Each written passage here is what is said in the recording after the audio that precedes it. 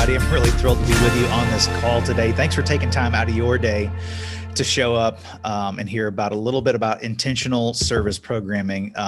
As you heard, my name is Elliot Moon. I've been on staff with North Point for about 15 years. The first 10 of that was really spent being as a music director, worship pastor at one of our campuses, and then spent a lot of time also as a service programming director. And recently, about 3 years ago, joined our North Point Partners team as a consultant to those who are service programming directors, creative arts directors, music directors, wherever you find yourself in the creative space. That's usually who I spend my time talking to. So I'm thrilled to be on this call with you guys today to talk about intentional service programming. And there are multiple approaches to how Sunday morning experiences come to be. Probably as many different people as are on this call. There are that many different approaches to how your Sunday service kind of comes to be. There are, hey, some people who are of the school, hey, let's just get the most talented people that we can find, the most gifted people, put them on stage with a loose direction, cut them loose, and let's see what happens, right? And then there's some, well, hey, we planned this service 3.5 years ago, to the T, to the minute, to the second. And unless this building is on fire, and then maybe not even then, we probably don't need to deviate, right? So you got your planners, you got your in-the-momenters, and I think somewhere in the middle, there's probably a healthy way forward in being intentional with your service programming. I really believe that if we as church leaders, through the power of the Holy Spirit, are going to help create experiences that are not only memorable, but like transformative for people who come and experience them, then we really need to be intentional about how we plan and execute our Sunday services. And I thought for our time together today, that the best way for me to kind of jump in and add value right off the top is to kind of talk about our process that we have unraveled and uncovered over time here at North Point. The process that we go through when we think about a Sunday morning service. And no matter where you are on the continuum, right? If you're a planner, if you are in the momenter, if you are 100% in person, if you are 100% online, I think just thinking through this process, through some of these questions that we're going to go through, will help you no matter where you're coming from. And our bottom line may not be the same as your bottom line. At North Point, again, we're not trying to be prescriptive about, hey, this is the way you should do church. I just wanted to let you into our process, and hopefully that will inspire you to really dig in to what does it look like for you to create the most intentional Sunday morning service that you can do for your community. The programming experiences that we all create and implement are critical to the success of our church. We all know that. We all know that, right? They are vital for the furthering of our mission and our vision. And that's why every leader must know and be clear about what a Sunday morning program is designed to do. Most churches are really clear on their mission and vision. My guess is somewhere in your planning room, in your break room, somewhere in your church, there's probably stenciled on a wall, hey, this is what our mission is, and this is what our vision statement is. Or maybe everybody on your staff can even quote it. Hey, this is what we're about. But do you know what role your Sunday morning experience plays in accomplishing your mission and vision? That's something we wanted to dive into. So we started this process maybe 15 years ago of saying, hey, if we were to get really down into the weeds of, we have an experience that happens on Sunday, is it what we want? And what questions can we be asking to help us get what is a desired result for us? So we kind of retro-engineered our thinking, and we started with some questions. And the first question that we thought of was, all right, what is our greatest challenge? We know we're trying to accomplish something as a church, and we know our Sunday experience should play a role in that, should play a large role in that. So what is our greatest challenge going to be? That was a question that we thought through pretty long and hard. I'm going to share my screen, pardon me for the pause, and hopefully this will help us a little bit here. Our weekend challenge, when we answered that question, was the gravitational pull of the local church will always be toward insiders. What does that mean? Well, it is human nature when a group of people come together, maybe not for the first time necessarily, but when a group of people start showing up together over and over and over again, it is the natural human nature to say, we want to kind of link arms, turn our backs to the world, and just focus inward. And let's all focus on the commonalities of what brought us here together. It's natural to create insider groups. So we know that the gravitational pull of the local church will always be towards insiders. A reason that's a challenge for us, because we want to be a church that unchurched people love to attend. So for us, that would be problematic if everything we did was focused on people who were already there and not paying attention to the people who don't normally come to church, don't think like us, behave like us, or believe like us. So we know that there's a natural pull to lean towards commonality versus, hey, always let's make sure we're paying attention to the people who are not quite like us in behavior or thought or belief. Our second question that we thought of was, what's our win? What is the win for the weekend service? Not just for our church. For us, we decided the win on Sunday is when people's thinking and or behavior shifts in a divine direction. All right. So the win on a Sunday for us is when somebody during the week, because they were at our services on a Sunday, when life hits them hard or work gets stressful, or they get the phone call that somebody in their family has been in an accident, or they've been sick, or some bad news, good news, no matter what. Hey, when somebody that's been in our weekend experience throughout the week, when life is happening, does God start encountering their mind? Have we provided practical teaching, memorable moments, solid bottom lines that when they leave, there is a natural process that they would go, hey, I haven't really thought about God in this moment before, but man, based on what I've heard or what I've experienced, I'm going to start thinking that way and maybe even start believing that way. That's the win for us. That's the second question. The third question is, who's our target? Who are we trying to reach on a Sunday? And so for us, we have a really large audience that we're trying to reach. We have a huge target. We have said our theological target is skeptic all the way to saint. We want people who have never been to church, went to church once and could care less. And I've got my arms crossed. I don't even want to be here right now. All the way, man, I haven't left the church in 7 days. I'm here for every time it opens. Sometimes you have to kick me out. I've been a believer for 187 years. So anybody from skeptic all the way to saint, that's who our target audience is on a Sunday morning. And that's a really, really huge group of people to try to figure out, hey, how do we, if we're trying to move people and take people on a journey on Sunday and move people's thinking and maybe even behavior in a divine direction, how do we do that for that large of an audience?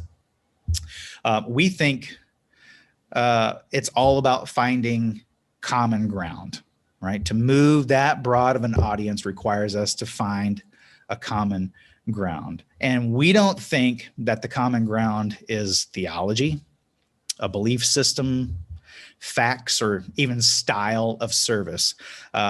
Even 15 years ago when we were really kind of massaging this and thinking through this process, it was hard to find common ground between people back then. These days, we've all experienced the last year and a half, have we not? I mean, it is to get two people to find common ground is very difficult these days. So we don't want to even start with theology or a belief system or facts about religion or even style of worship. But we do think Jesus has given us a clue and maybe even a model on how to find common ground between people. And you all know this verse, Luke 15, 1-2. It says, now the tax collectors and sinners were all gathering around to hear Jesus, but the Pharisees and the teachers of the law muttered. So let me stop right there for a second. Jesus finds himself in a crowd, and this is not just a crowd of his followers. This is a crowd of followers, tax collectors, sinners, and Pharisees, right? So we've got a pretty diverse crowd around him. So the Pharisees say, this man welcomes sinners and eats with them. Can you believe that? Then Jesus told them this parable. Suppose one of you has 100 sheep and loses one of them. We know this, right? Doesn't he leave the 99 in the open country and go after the lost sheep until he finds it? And when he finds it, he joyfully puts it on his shoulders and goes home. Then he calls his friends and neighbors together and says, hey, rejoice with me. I have found my lost sheep. The thing that's interesting for us is obviously the parable of leaving the herd to go find the one is kind of a call to ministry. We all feel that. But even at the beginning of this, when you have a diverse crowd and you've got Pharisees saying, hey, this guy sits with tax collectors and sinners. I mean, look at him right here. Jesus doesn't answer their question with here's the theology of why this is okay. In fact, here's my model of why it's okay to do this, or here's my approach in doing it. He answers by talking about sheep. He's like, okay, I've got a diverse crowd. Who and what can I talk about that everybody around here is going to go, yep, I understand that. It's like, Jesus is like sheep. All right. So think about the context. Everybody in that crowd either owned sheep, somebody in their family was a shepherd, or they walked past sheep every day. Sheep was a big part of their local context. So he said, let me answer your question and check this out. Let's talk about sheep. And everybody immediately went, yep, I understand sheep. I get it. So for us, we think the common ground is human emotion. What is the thing that almost everybody around the table has unique to them, right? Every human comes preloaded with human emotion. It's one of the most unifying things in the human existence. We all feel, we all do it differently, right? But we all feel. By creating a common emotion for everyone, the first timer in our environment hopefully will feel comfortable and safe. And that's a big deal. We hope there are always going to be first timers in our environment. And by first timer, I mean just somebody that's showing up to church for the first time, right? We want to assume that they're going to be in the room. So we want to create a safe and comfortable environment. We are drawn as humans. We are just drawn to people in environments that make us feel good, and we resist people in environments that make us feel uncomfortable. Again, that is not hard to understand. That is common human experience. So for us to reach such a broad spectrum of people, we decide we got to ask 3 questions. This is something we try to process almost every week. Hey, based on what we're trying to accomplish this week, how will this make people feel? If we play this song, if we talk about this subject, if we play this game on a Sunday, how is this going to make people feel? Second question, what do we want people to feel? What are we going for? What is the common emotion that we want people feeling? And then the third question, at what point in our service is it appropriate to risk people feeling uncomfortable? So I don't know if hearing me talk about the first 2 questions, how is this going to make people feel, and what do we want people to feel, if that starts to kind of come across as, man, this is pretty soft, I don't know. For us, we know the gospel is offensive. The gospel can be very abrasive because it speaks to the heart, yes, but it also flies in the face of kind of normal rational thinking. Is that right? So we all know that, we feel that in just kind of common ways of thinking, the gospel can really be abrasive against just normal everyday thinking. So at what point in the service is it appropriate to risk people feeling uncomfortable? Because we know at some point they need to feel uncomfortable, because that is the gospel coming up against current behavior. So we are creating weekend experiences designed to take people on a journey. And we want to be about fostering movement. So we created this thing called the rules of engagement. And this is our little, almost like a marketing funnel. We want to take people on a journey. We want to have a wide end of the funnel to collect as many people as we can. And then we want to move them down a funnel on a journey to get them to a point that we're trying to make, right? So we've called this the rules of engagement. It feels a little bit military. Hopefully it doesn't feel military, but we just like the term. So this is our funnel here. There are 8 potential pieces to our worship experience. And this is 98% true. Okay. This is the kind of template that we've come up with. There's 8 pieces that make it up. And there are 3 kind of movements or segments that we try to follow. Obviously, the first is engage. We engage people through pre-service or an opener and a welcome. Pre-service looks different today than it did even 3 or 4 years ago. Pre-service used to kind of be, for us, a focus on the parking lot. When people pull in the parking lot, what is it? Can they navigate it easy? Are the directions clear? Can they get in the building? Is it an absolute nightmare? Is it stressful before they even get in the building? Today, your digital environments are your pre-service experience. They're your social media pages, your website, your app, church app, if you have one. You know, people have already made a decision about your church before they even get there, or before they even get onto the property, almost 90% of the time these days. So pre-service experience is a big part of our Sunday morning experience. How are they walking onto your property? What do they already know about you before they get there? Sometimes we open our service with an opening song. Usually we try to do something fun. What is it going to make people smile? What's going to get people kind of nodding their head together in the same direction? That's something familiar, maybe.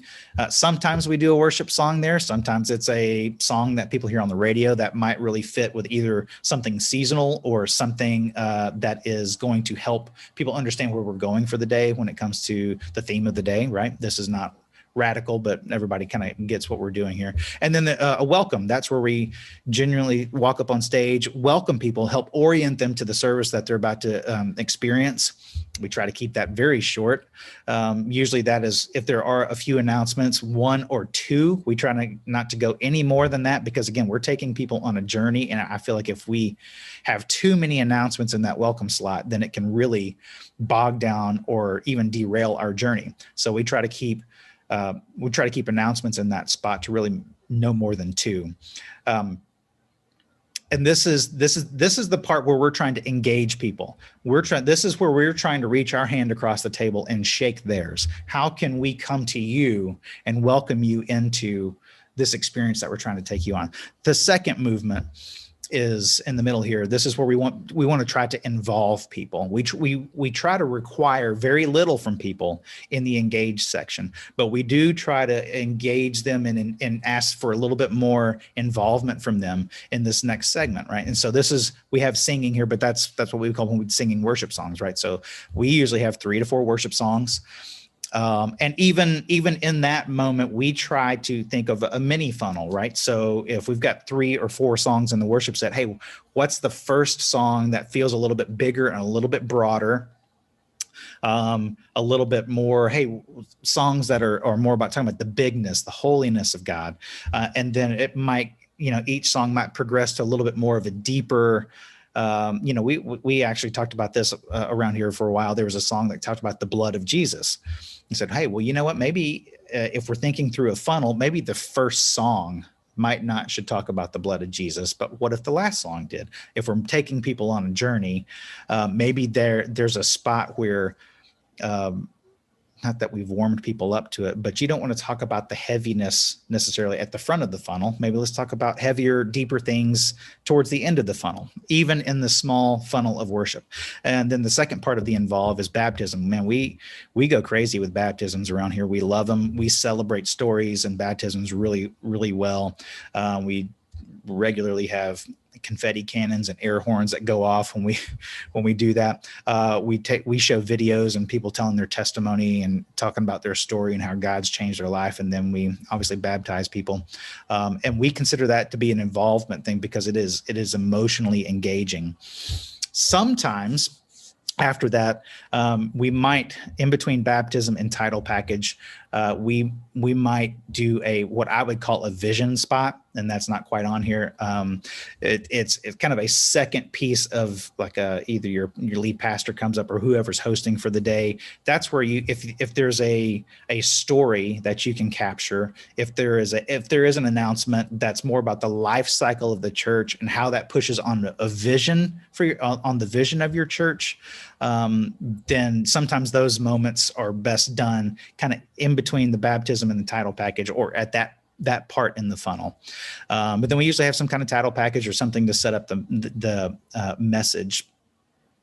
And the message is where we really want to challenge people. This is where we want to fly in the face of common behavior to say, hey, what does it look like to think about what God has to say about that? We want people walking out feeling like, man, I've got to work through that. I really need to think through that. So we kind of feel like everything that we do is working towards a bottom line of a message where people are walking out with I've got to think about this when they're walking to their car.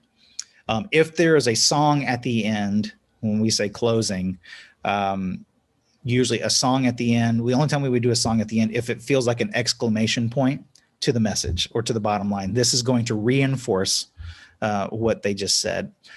Or sometimes we might do like hey, we are challenging you to write a note card to somebody who has made a huge difference in your life. And so we're actually going to give you 2 minutes right now before you leave. So here's your note card. We've already put a stamp on it for you. We want you to write down in length about what this person did to make a huge impact on your life. And we're going to give you a second to write for that. So that might be a closing moment that helps put an exclamation point on the bottom line.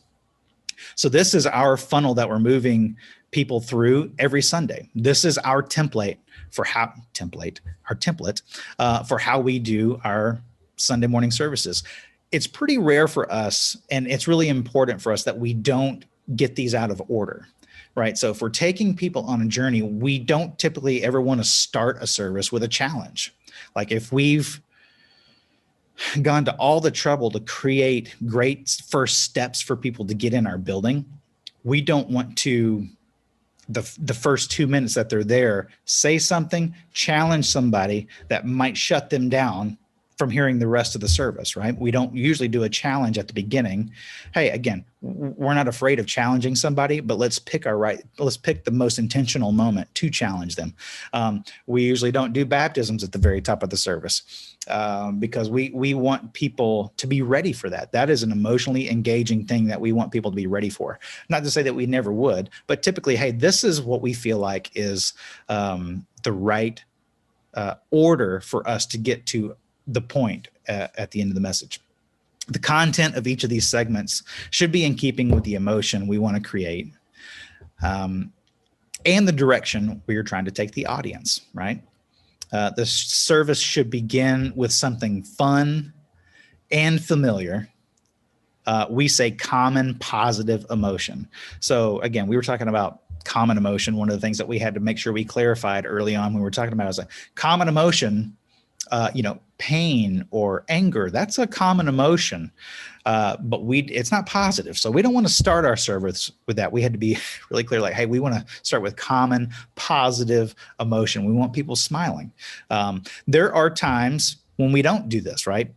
There are rules to the exceptions to the rules. Every now and then it's okay to deviate, but we have said, hey, it's okay to depart from the model when it's on purpose. A great example of that, if you've had a national tragedy and everybody that is coming to your church is feeling that, they're walking in with the weight of that.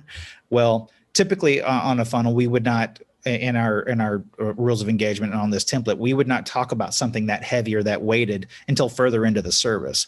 But we also don't want to be tone deaf. So if we know everybody is walking in thinking about this, let's go ahead and address it at the top of the service.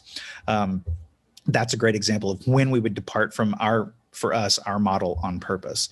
But we also think, hey, it's not okay for us to drift from the model by accident. Great example. Hey, man, we're bored. Let's just do something different.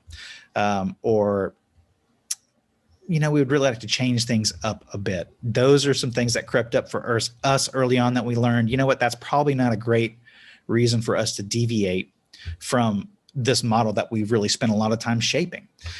When we move outside the model, or we decide to do something different, there needs to be a good reason, right?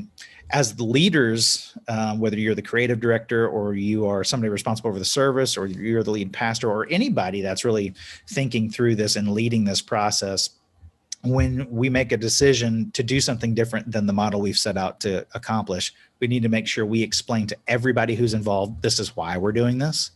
And the entire team needs to understand why, so that they can turn around and then not only communicate that to volunteers, but also to internalize and be on board with, this is why we're doing what we're doing. Now, I don't know if you're like me. I am a musician by trade. I am a creative person. And as soon as we came up with this kind of model and this template, I thought, man, that is really helpful. And then immediately was like, oh no, I feel all of my creativity just got squashed, because now here's the formula that we're going to be working through every week. And what I've learned is that's not necessarily a bad thing to have a plan. As a creative person, it's a really good thing to have a plan. Creativity always has constraints. Think about an artist, a painter. They always have a medium in which they need to paint on. Now, when they go to do that, they may pick a really small piece of canvas. They might pick a normal 2x3 sheet of canvas, right? Or it might be the side of a building. But no matter what the canvas is or the medium is, it always has edges. At some point, the creativity and the art has to stop in order to fit in the medium. And so for us, that's what we think as well. This model and this template is just our canvas that we get to paint in. And now that we know we've chosen our canvas size, we know we know where the edges are, and we know how to create. Our goal is to not be creative. This was really challenging for me, and I'm really glad that this language exists for us now. Our goal is not to be creative. It is to leverage creativity for the sake of our mission and vision, right? Creativity in and of itself is pretty kind of self-indulgent. But for us, we're on a mission. We're trying to accomplish something. So we see creativity as a tool that we can leverage for the sake of our mission and vision. I have a couple of questions for you guys as you head into your groups. Questions to think about. Number one, what is the win for your Sunday environment? Can you identify that in a easily said 1 to 2 sentences? Hey, this is our win for our Sunday environment. You may be able to put your finger on that. That's awesome. If you can't, that might be a really good thing to workshop, think through, and wordsmith. Number two, in what areas of your ministry environment are you experiencing the gravitational pull of the local church toward insiders? Because it exists. It is a natural thing to do. So can you identify it? In what areas of your ministry are you experiencing that? Number three, in your ministry environment, how do you engage, involve, and challenge the people who are showing up on a Sunday morning? Again, that might look different for all of us, but I still think the overall question in the framework of thinking through how to be intentional about your Sunday services is a really worthwhile endeavor for us all to be paying attention to. So that's it for me. I'm going to turn it back over to the host and let you guys get into your groups. I'm sure you will have a lot more discussion, but hopefully these 3 questions will be a great place to jump on and talk about it. Thank you guys again for listening, and happy conversations.